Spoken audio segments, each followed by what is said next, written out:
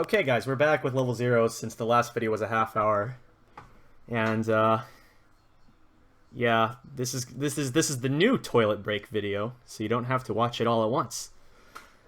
So, Oh boy. level 0s, starting with the one, the only 00 Utah. This is the card that I feel gives the set its identity as a bond-centric set, and I think pretty much everybody that looks at the card and understands how it works will agree.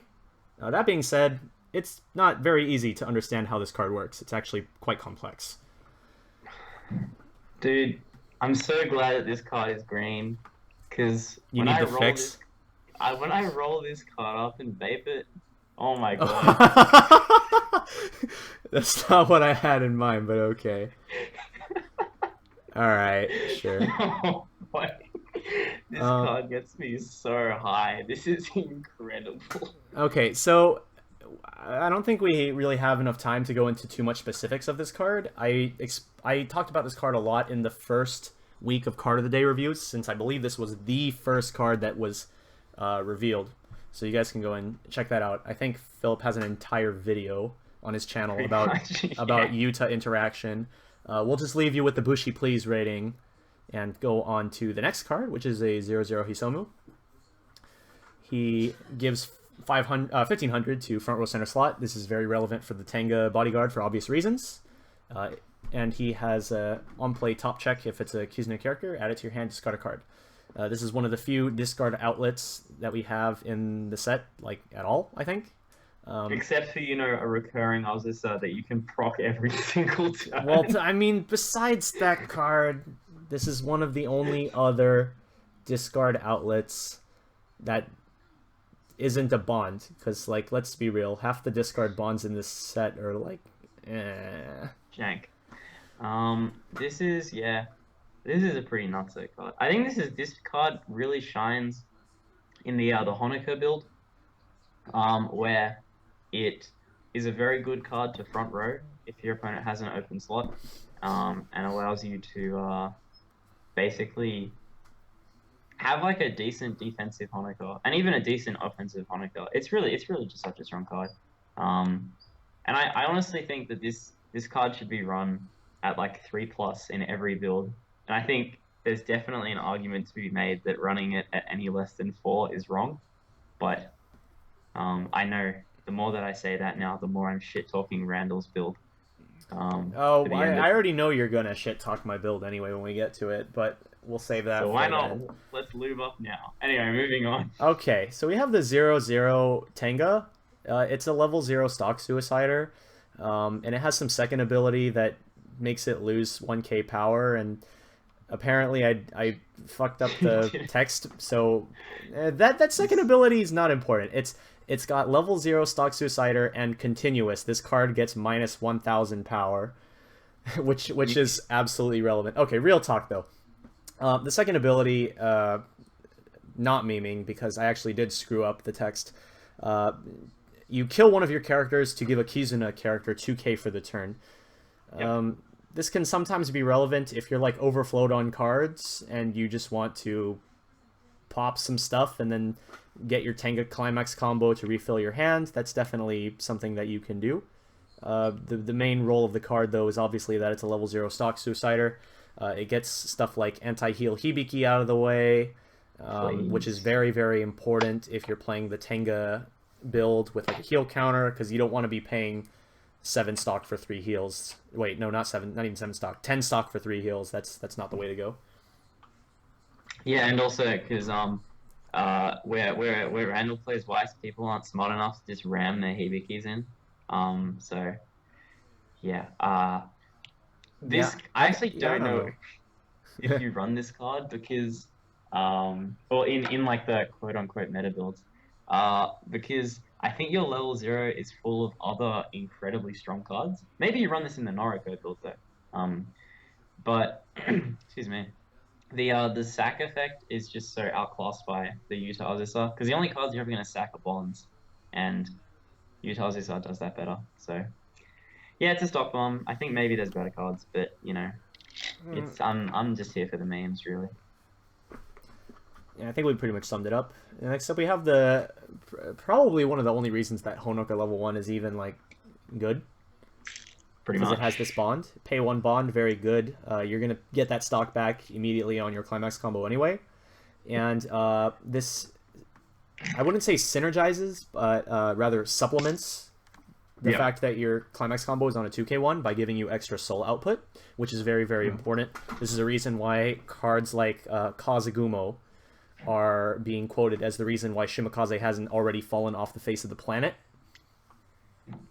Because it has the same sort of effect that adds extra soul. Well, I mean, Shimakaze is only run in places where people enjoy losing. And I think Honoka and Shimakaze are very different cards, because Honoka is good and Shimakaze is not. And running a trash card and supplementing it with a good card does not make the trash card less good. Quote unquote 3/2 Nico in this set. So this has a bond, which means you play it in your back row, you proc your Utarazasa, you give it the power to your Honoka that you already had in your hand, you bond into your next Honoka, you play that on field, you play some other jank 0 in front row. Hisomu works fine for that. Hisomu is where it's what you want to do. And then you go to town, and then your opponent's like, why is this deck so easy to play? Why am I losing to a deck that doesn't have an advantage engine? And then you heal 17 times. Moving on. Alright, sounds legit. Okay, we have a 0/0 bonder that's good, and it bonds to a level 1 that's not good. Is this a pay 1 bond, or is this a ditch bond? It's a ditch it's bond. Even worse. God. That's just bad, man. Eh. Why do I have to run this trash cards that I can play even more trash cards? Okay, let me clarify on why I gave this the good rating. I give this the good rating because it means that you can run less Nikos and not get so punished, because if you run less Nikos because the card's garbage, but then you play this so that you can fish it, and then you can run less Nikos in your deck, and that's what makes this card good. I think, sadly, you still have to run 4 Nikos, because you have, in the build that runs this, I'm not going to talk about Nico builds, but I think potentially, and this is going to sound pretty high, but I think potentially you run this without the 1/0 Nico, because as a global 5. As a global 5. On play, discard 1 card. On play, discard 1, do nothing. No, because when you this triggers when you play a bond, not when you activate a bond. This is also true. You can play this as a 500 global proc that procs Utah. And then this is something that you are so happy to stack to Utah. So if you need power, then play this. If you want to play 1/0 Nico, off yourself. Moving on. Alright, we have Shiori and Asuka, which is just an absolutely obscene card, even without Katsuhita. This is so bomb. On play, give 1500 to a Kizna character. You can give it to itself, but let's be real, you're not going to do that. And then the second ability is pay 1, send this to memory to look at up to top 4 for a Kizna character. Reveal it, put it into your hand, put the rest in the waiting room. This and the Yuta and the level 0 Tenga are your biggest sources of mill in this deck. I mean, I guess there's Gomorine too, but that doesn't go into the Kizuna deck. I think this card is just crazy as a card by itself. Being able to give 1500 power and then do other stuff is really, really great. Like you see in other sets, you have like an on-play gives plus 1500, and it could be like a $3 or $4 card, and then this one just has so much more attached to it, and is for some reason also a $3-4 card, and I don't understand. But I think this card is very, very great. This is a super blocked card. This is very pushed. But it's also kind of counterintuitive how to. The way you play this card is different depending on the matchup that you're in, because you don't always play your fried chickens down in every matchup. So, for example, if I'm playing against, let me think. If I'm playing against Puyo Puyo, right, a set which does not care if I smack their back row, then I don't play this card down and send it to memory because I want to set up for 3-2 my early play. I play this card because I want to have extra power, and I send it to memory because I want to dig. Now, if you are playing against a deck where you need to shoot their back row, it's arguably correct to not play this card until the turn in which you intend on playing your early play, and then activating the flower mill and just like playing 2 of these in one turn, playing your Lv0s, playing your bonds, and just going ham to mill through your deck and fish out your Katsu. And that's potentially actually the correct way to play this in certain matchups.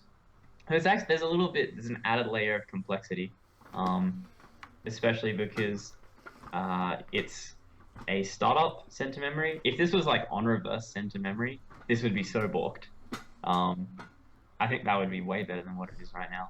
But because it's a startup sent this to memory, you can't actually gain stock with this before you pay it out.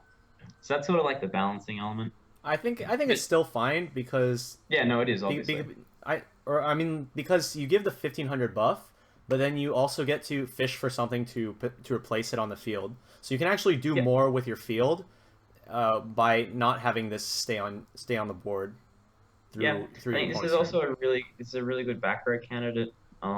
It's just super flexible. Yeah, it's very flexible. Keep in mind you can sack this card when it's rested as well. So if you brainstorm or you play Lv0s, then you can still sack this. Really good card. Okay.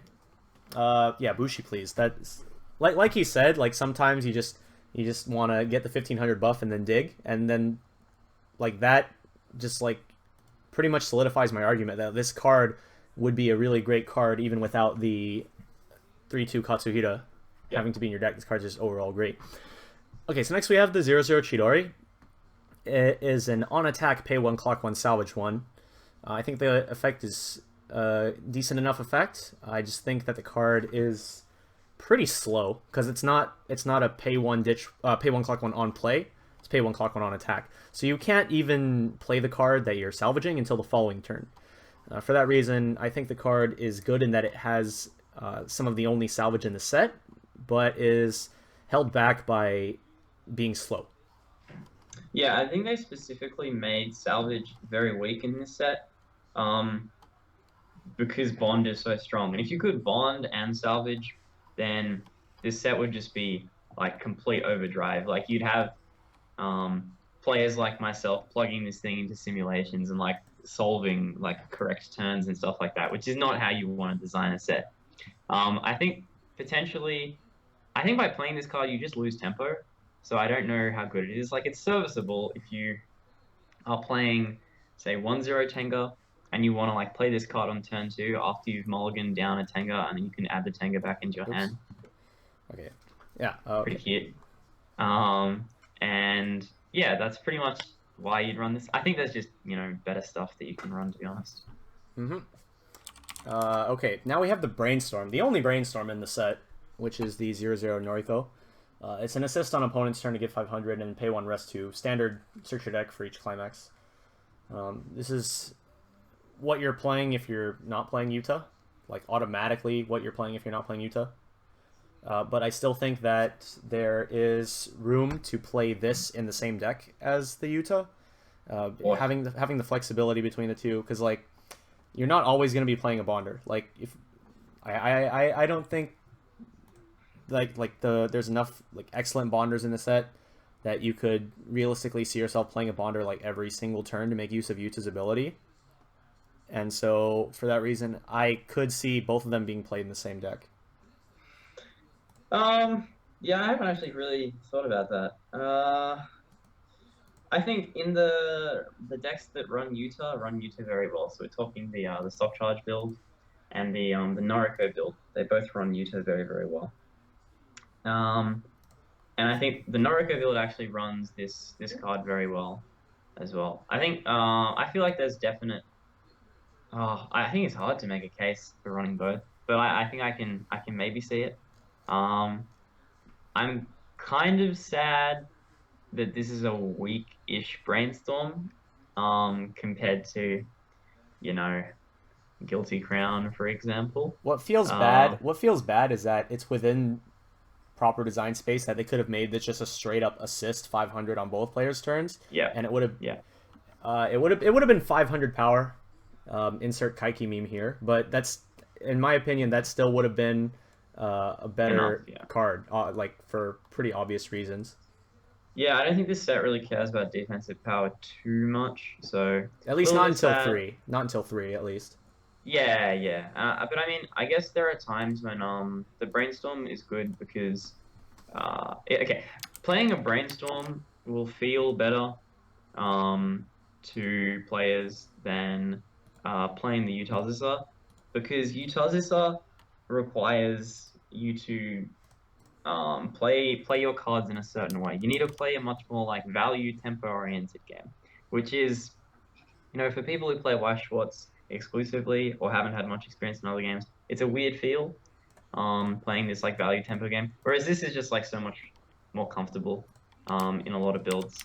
So I think there's definitely that, and I think it is possible, and it pains me to say this because I actually just love Utah, and it's a sort of card that I would design, but I think this may actually be the correct play in what eventually ends up being the best build, purely because it is a blue card, and you want to have blue because you want your back row to be the 1/0 clock on claw support plus this card. All right. So that's that. Next, we'll take a look at some of these. So we have a 0/0 mill 2 on play. If you mill a climax, you rest this. This kind of profile I don't think is too detrimental in the early game. At the same time, this deck doesn't have a whole lot of mill. This might be something you want to put in your deck for a little bit of extra mill, although there are some other obviously great milling options. But this is just a beater. Why do you think this is good, but the 1065 is meh? It's because it's level 0 versus level 1, okay. And this card also doesn't completely remove itself from the field, which allows you to get value with it on following turns. Okay. Okay. Sure. That would be my reasoning for it. Sure. Yeah. Okay. I don't have much to say about this. Yeah. So next we have the 0/0 Tenga. This is another source of mill. This one also allows you to buff your other characters. I think this card is a pretty cool card. Mill 3 on play, or you may mill 3 on play, and then on attack you get to give one of your other Kiznaiver characters plus 1k, which is pretty cool. Thank goodness it's not on play. That would give some problems for 1/0 Noriko if you decide to play those two in the same deck together. Mm-hmm. In that case, you can play this and then play the Noriko after, and then on this guy's attack you get to give the Noriko the buff. I think this is actually why Noriko is good. It's a pretty niche situation. I mean, like, if you play that deck, it's not really a niche situation. I'm actually considering for my list, which you guys will see later, running this versus the stock Suicider, because I'm currently running 2 copies of that. But I'm considering taking those out for 2 copies of this. And testing will ultimately show which one I end up going with. Yeah, I think you run this in the Hyper Tango build. You run this in Noriko builds, but I think this makes Noriko a lot better. And I thoroughly enjoy just playing blackjack in the middle of the game. I think that's a sick meme. Yeah. And never run out. Whenever you have a chance to meme, would you take it? Mom spaghetti. I had to. You set that up so well. All right. So next up we have the Dream Team for level 0. This is so stupid. For the record, the ratings I put here are for the 2 cards alone on them, like by themselves. So first we have the Utah. So on play you can stock swap your opponent's top stock. If they have a climax in their waiting room, you make them pay out the top, and then you put the stock into their, or you put a climax from their waiting room into stock. If they're near refresh, then that's just like straight up rude. but at the very beginning of the game, this can also help you to start snowballing a nice stock lead. His other effect is sitting Maya from Tulovru. When he's reversed, you pay 1 and clock himself. You get to look at up to 2 cards from the top of your deck.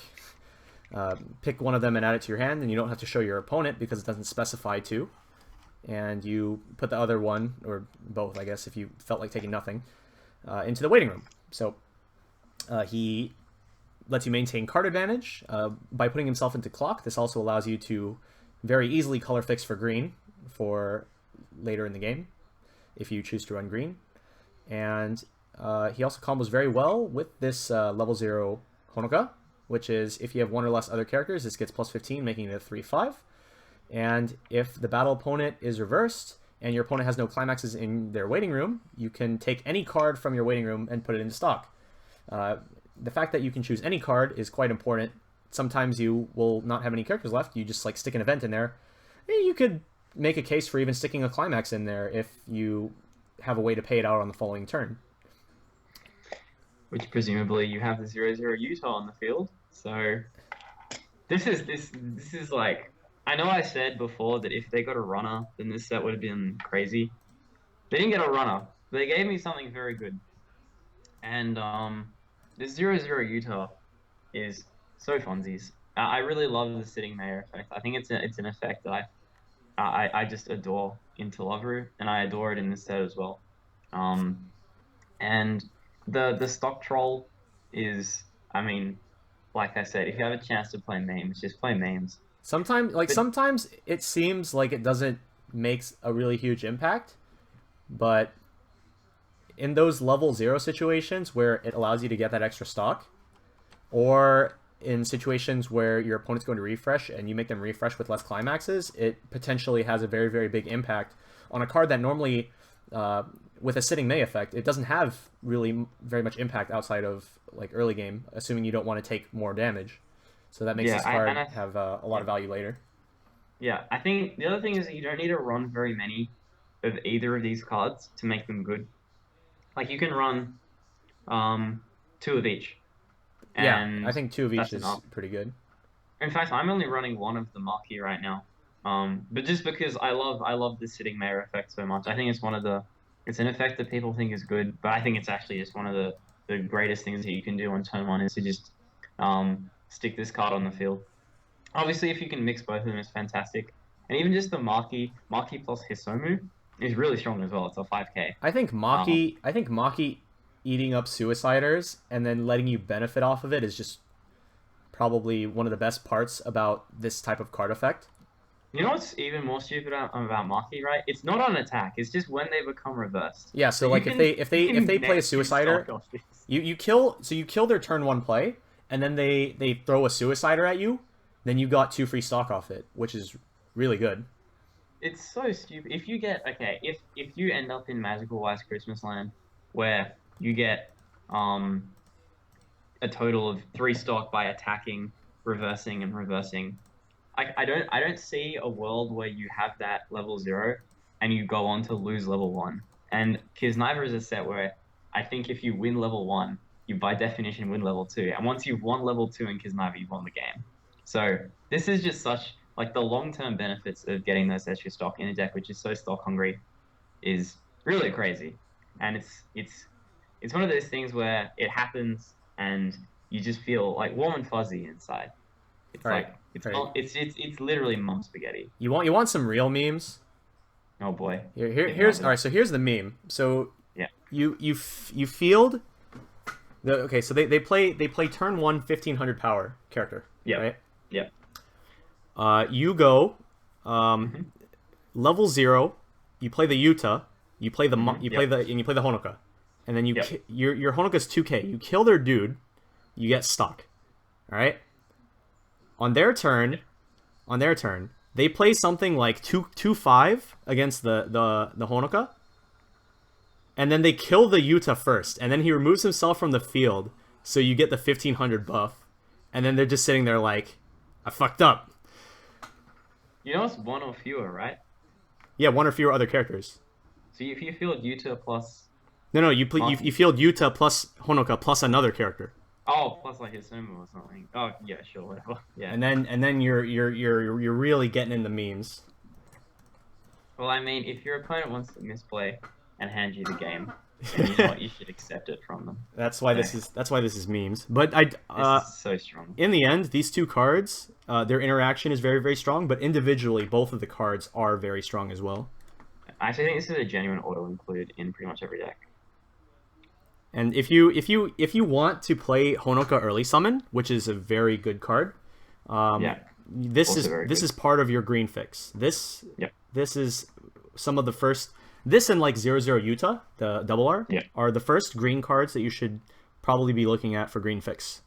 Yep. Okay, next up we have a 0/0 Ruru. Ruru. Yeah. So when she's reversed in battle, pay one, clock yourself, send this to memory, search your deck for a manga character. The biggest problem for this card is that she herself does not have Kizuna trait, so you can't do some stuff there. But as far as a standalone card, she searches for some definitely relevant stuff. Like she can search out your early summon, she can search out your level 1 combo if you're running that, or she can search for that level 0 that we were just looking at. Yeah, so basically it searches everything that has Honoka on it, except for the 1065. So what's the trait on that? Kizna and Narcissist. Oh god, they took Yuta's trait? That's not. Yeah, I think it's that one. Yeah. Oh no. Okay. All that I know is it's not the manga trait. Yeah. Oh yeah. By the way, this can search itself. Yeah, this can search itself if you want to go for those like oops. Actually, I mean you run this in the mono green build and then you just accept it and you shiggity diggity. You take it. Yep, we take those. Okay. Now we have the 0/0 Bonder that went to the 1/1 Katsuhira. I think the conclusion we came to was that the card was playable, but not comparable to the other ones. Yeah. I still give this card a good regardless because it's a bond. It's solid enough.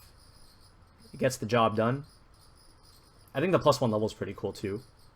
Yep. Okay. Next up we have the card that almost synergized with 1/0 Nico.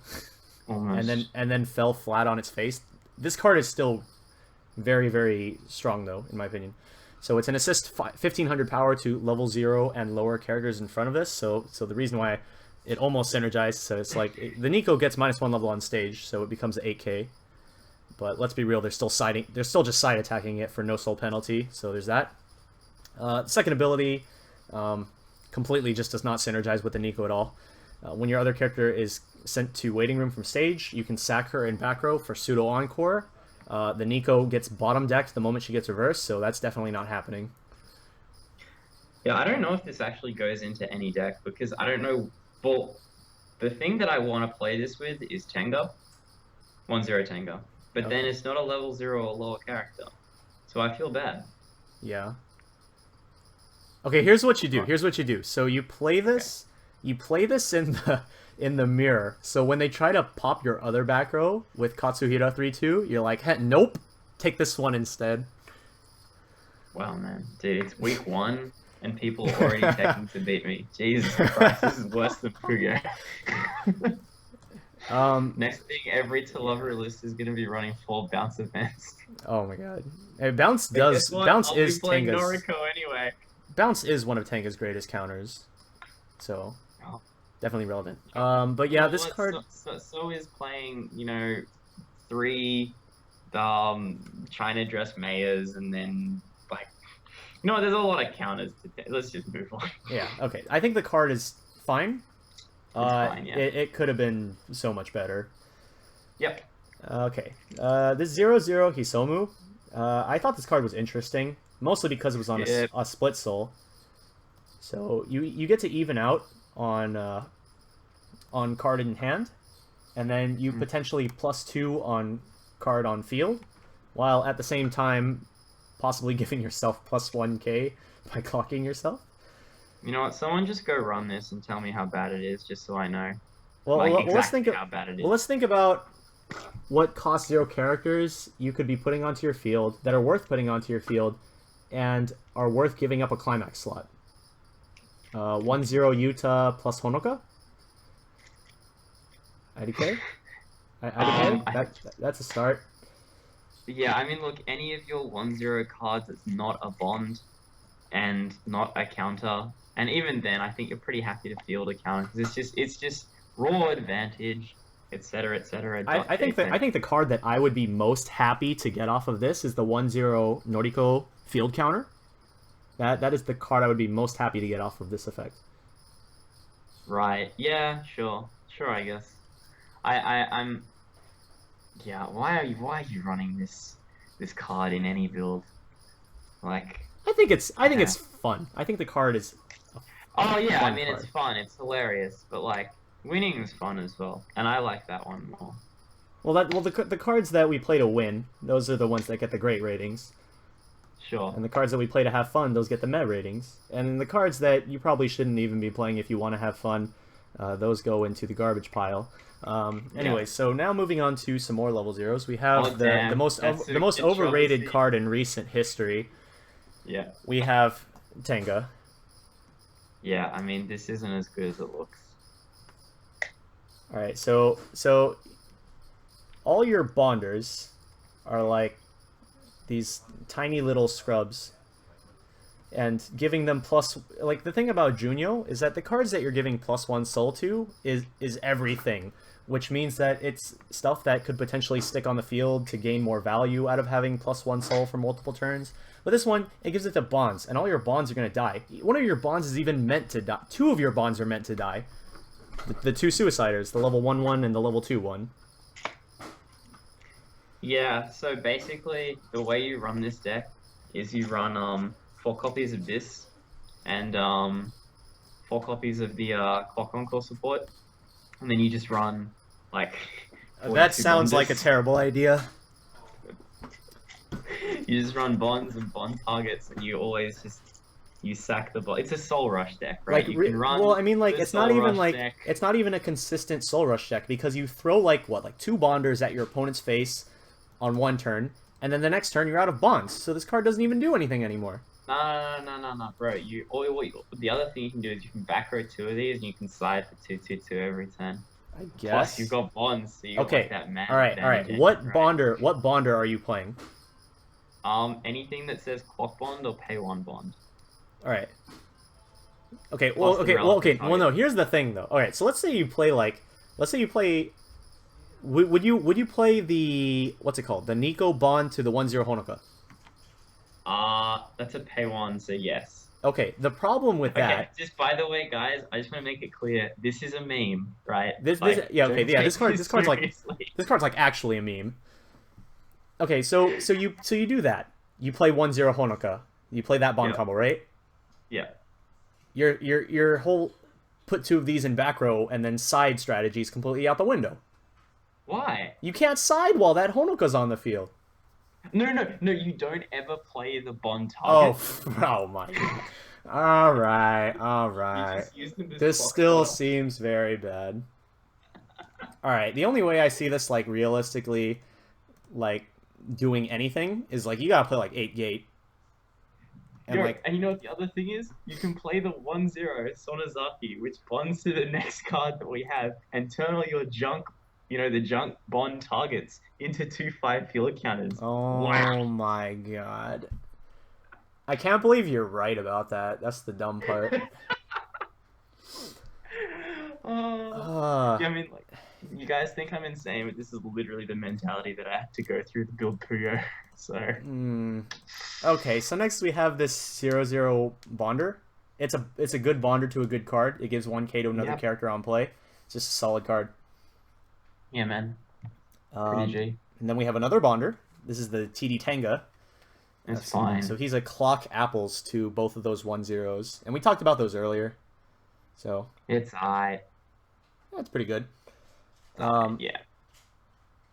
And then the last one on this page, we have the 0/0 TD Utah, which is, he has the same give 1k on play as the Katsuhira above him, and he bonds to a 2/1 vanilla counter. The relevance of Kiznaiver? that is questionable. The need for yellow fix is also questionable. Because you have some pretty I don't good. think it is actually. I don't think it is questionable, the need for yellow fix. I don't think you run this to yellow fix, but I think you do need yellow fix Well, if you're running I feel like you have other cards that are better suited to be your yellow fix. Like yeah, you know that yeah, 0/0 that gives 1k yeah, the on mill. attack Yeah. and mills Yeah. 3. Yep, Hyper Accelerino Tenga.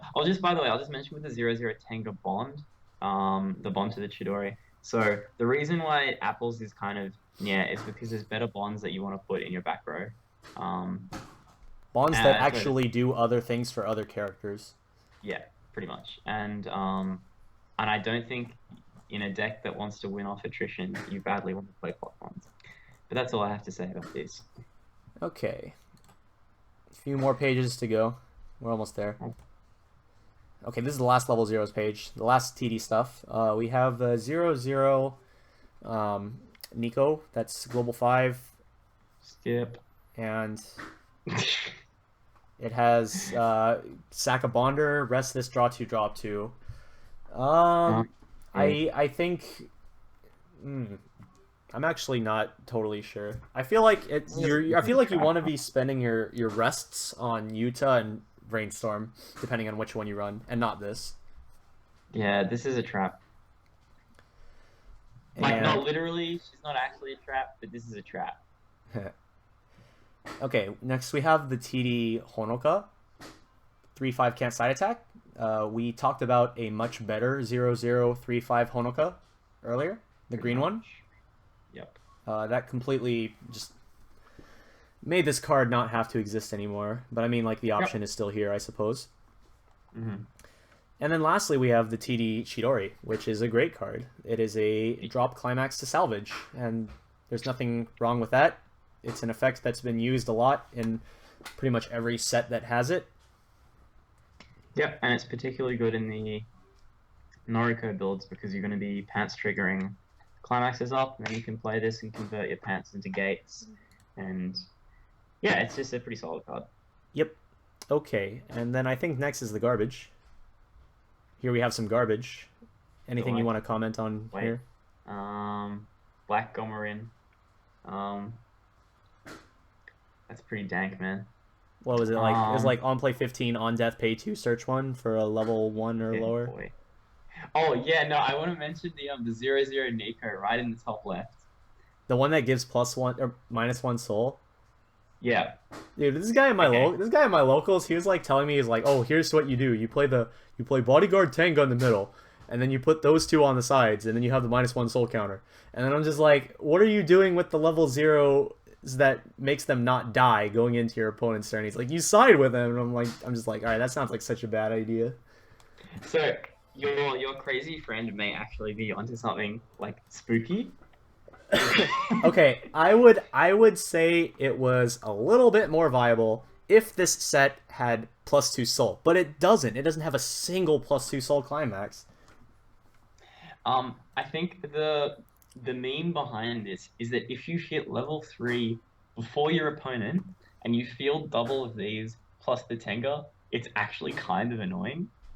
But and like obviously -1 soul counter, because your opponent obviously they have to front into your Tenga. So what's going to happen is they're going to get into a side attack. Well, they can't side attack into your Tenga. They have to front into it. Therefore, you'll have open slots, so you can actually swing for 2 with these, which is kind of funny. So it actually kind of works. And for all of you out there, like, don't discount this. Don't discount this card completely, because I'm not sure about it yet. I'm not 100% sure. And, okay, Sick Bold claims, maybe you actually run this as a 2 of exactly. So you play 1 on each side? Yeah, you run this as a 2 of exactly. Dear to beat God. restanders, like, completely. Like, this card you run as a 2 of, so that every time you play against Idolmaster CG, you win. Oh my God. Because what happens is you play 2 of these, you -1 soul counter them, and then you play your heal counter. So they will be swinging for 1 every single time, and you'll be healing for 1 every single time. and you run this build alongside the stock charges. So your crazy friend, even I don't know if he understands the full rationale behind it, but he may not be wrong. I This think card, I think he was just memeing, and we're making something out of it. you know what? He might have been memeing, but think about it. Arl doesn't get its cancel burns. Yami doesn't get its cancel burns. Like, there's a lot of just craziness going on here, and it's kind of funny. It's kind of funny. Um, and then if you're playing against a deck where literally all they have is cancel burns as their finishes, this basically shuts down cancel burns. Like, this makes it that you can't die, and it's kind of funny. I think don't count this card out if you're a good player. If you understand how to run the deck and run the deck without this first, then put 2 copies of this card in afterwards, because I'm gonna put it out there. I'm actually running this right now. Oh And my! All right, we'll come back to this after testing. okay, and come back to this after testing. Yeah. Because of course I'm still testing variants on the Tenga build, but Alright. this may actually be the play. Okay, a couple special mentions in this garbage pile. Top right, Chidori lets you play a 2 -1, if that makes sense. Yeah. Chidori, when you play the level support. And then the Hisomu, the one on the bottom row, the one on the left. Penguin 420, if you are out there watching this, I challenge you, the 30 level 3s Kiznaiver deck. Get on it, fam. Such jank. Get on it. This is such jank. It really is. Okay, now events. Oh wait, no, these are 2 niche cards. Gomordine is the meme card, and then the teacher, I think he's like assist 500, and then pay 2 tap, search for a mystery or a delinquent. Dude, Gomorin isn't even a meme. Or a Gomordine. Gomorin is not even a meme. Gomorigs. Oh, not even a meme. Okay, now we have events. The best card in the whole set. He rates as good. Oh my lord. I'm just rating it by itself. Like. Okay. Okay. By itself, the card is good. Like if you just like generically, if you just like generically throw it, huh? No, we didn't mention we're actually talking about the heal counter here. Yeah. Okay. I like you just generically throw this onto any level 3, and it's like, or onto any one of your characters, and it's like, okay, you heal. I probably should have just done the same thing with this that I put as the Tenga, where I put good alone, great in context. So just pretend that that's written there. Yeah. So highest value heal event ever released. Because of bodyguard, because of context. In terms of card economy, yeah. Crazy sick meme combos with the Tenga. Anyway, keep going. Okay.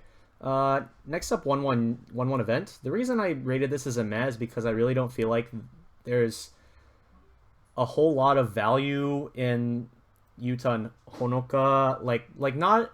I mean, like there is a good amount, I guess, but in like, unless you're building a deck around them, I wouldn't say that the stuff that you're looking for with this event is really worth grabbing or running, I guess. Yeah. Yes. The only argument for this is you're running the regular old stock charge meta build, and you want to make sure you can get your Lv0s and get a 1-0 Honoka. So that's the only reason why you're maybe running this. I don't think that's a good enough reason.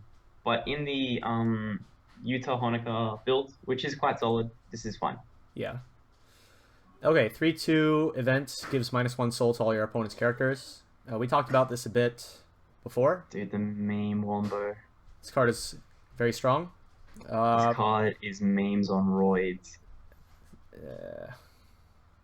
This card plus 0-0 Nico is apparently a thing. Okay, the reason the reason why the 0-0 Nico plus this setup is good is because it kind of screws with your opponent's head.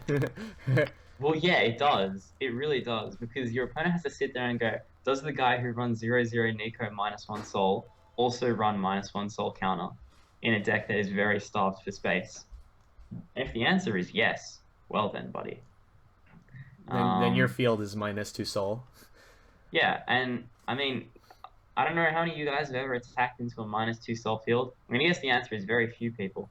I disagree because Ilya exists. What -2 souls? Oh, yeah, Because let's be real, the Zweiform deck is not Zweiform. It's Kuro deck the with a Kuro thing finisher. with some whack ass thing at the top. Like that's actually what the deck is though at this point. It's a Kuro deck where you play Kuros at level 2 and that's your game plan, and then Yeah, you sometimes play Zweiform. yeah. I'm not gonna lie, I've never actually had someone board the Kuro against me, and I've played against it several times because, you know, I enjoy hitting people from level 1 to late level 2, because that's like how you should probably play the game. But this is a cheaper version of that, essentially. Yeah. You're going -2 soul, -1 soul, -2 soul. And sometimes you win the game off that. Yeah, no, sometimes like your opponent's playing Puyo and they fielded triple R and you have double Nico plus this and they just fold because they're gonna hit you for 1-2-1. And that's like you can play this as the first counter that you play. Then you can play your heal counter. That's going to be a total cost of 5 stock, which is not excessive, especially considering that your board is a 3-2 Tenga and 2-0-0 Nikos. So you've come up with a total of 5 stock that you've paid, and you're going to heal 2 times, and you're going to -2 soul 2 of your opponent's characters, -1 soul last character. Pretty dank. There's a lot of cards in hand, so it is a bit of a like wombo combo, but definitely easier to get than 3-2 Nico. Anyway, good stuff, man. Oh okay. Yeah, no, one thing to mention is that in the meta build, there's no space for this card. Meta build being with stock charge. Oh, okay. It's like a red green something build. Yellow. Okay. Tenga, yeah. All right. Next up, we have the 1-0. Basically, it's a Junketsu. You look at top 4 for a Kiznaiver character, and yeah. It has a Clock Bonder, sort of, which is pretty nice. The card that Clock Bonds to it, as we said earlier, is not the worst card in the world, and it's milling. It's milling, fam.